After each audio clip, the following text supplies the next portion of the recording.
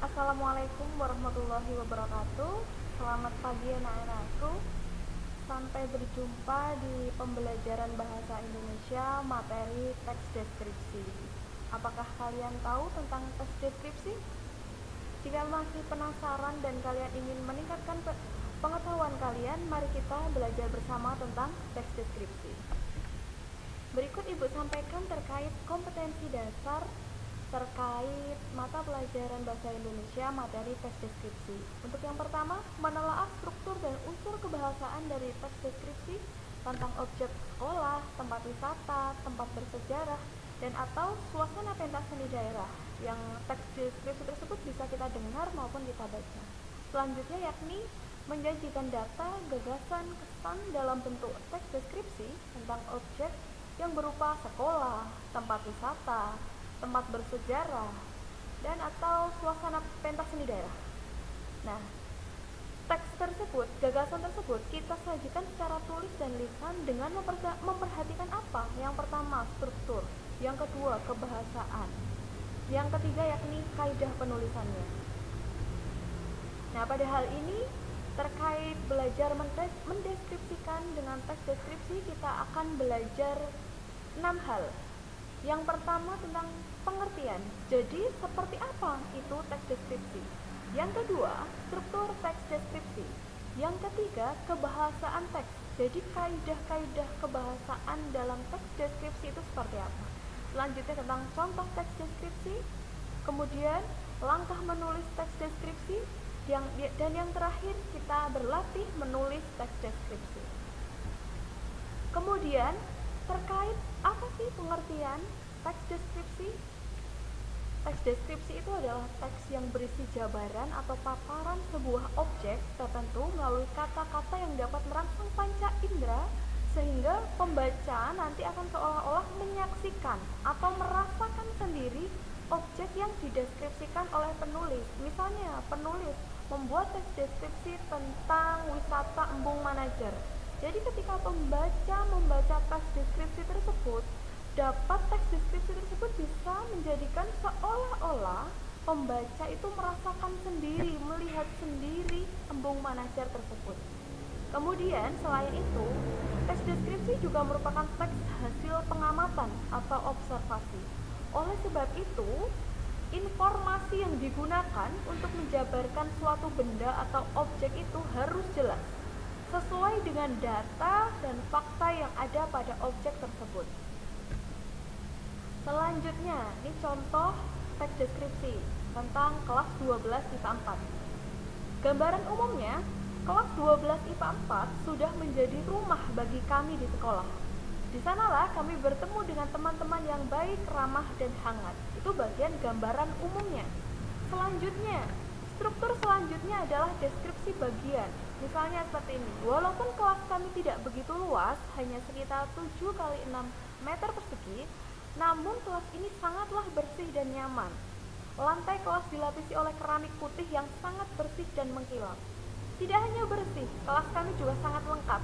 Kami mempunyai 31 buah kursi dan meja, di depannya terdapat 2 buah papan tulis yang besar. Di samping kiri, papan tulis terdapat meja pendidik dan lemari besar. Nah, itu adalah deskripsi bagian-bagian dari ruang kelas 12 IPA 4. Itu merupakan struktur deskripsi bagian.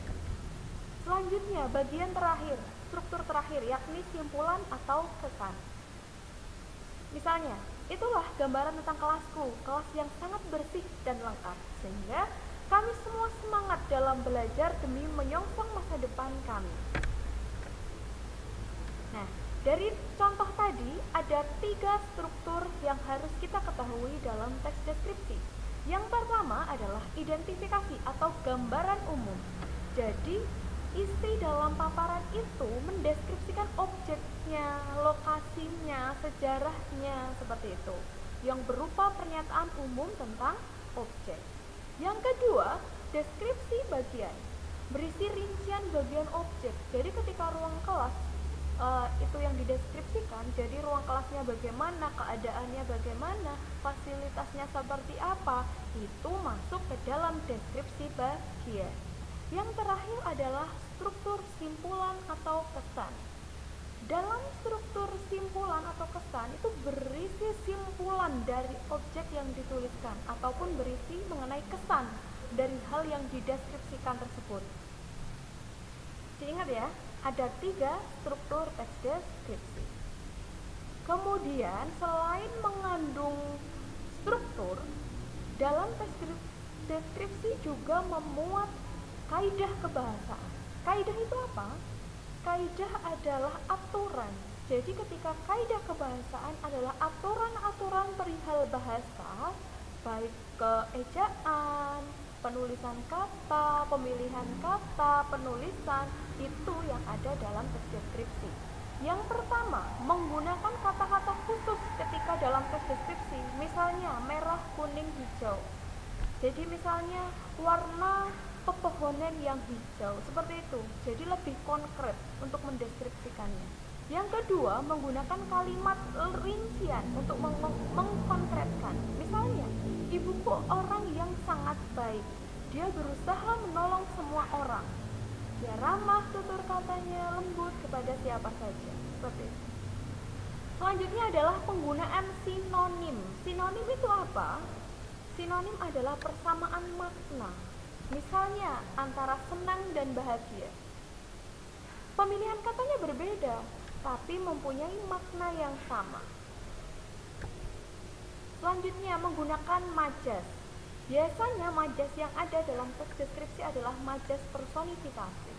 Misalnya, ombak begitu menari di laut, seperti itu.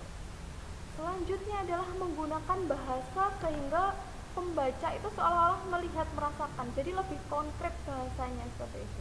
Selanjutnya, teks deskripsi yang memunculkan kata ganti orang. Misalnya kucingku, ibuku. Memasuki wisata ini, Anda akan disambut dengan pemandangan yang sangat indah. Itu contoh. Nah, berikut adalah kaidah penulisan teks deskripsi.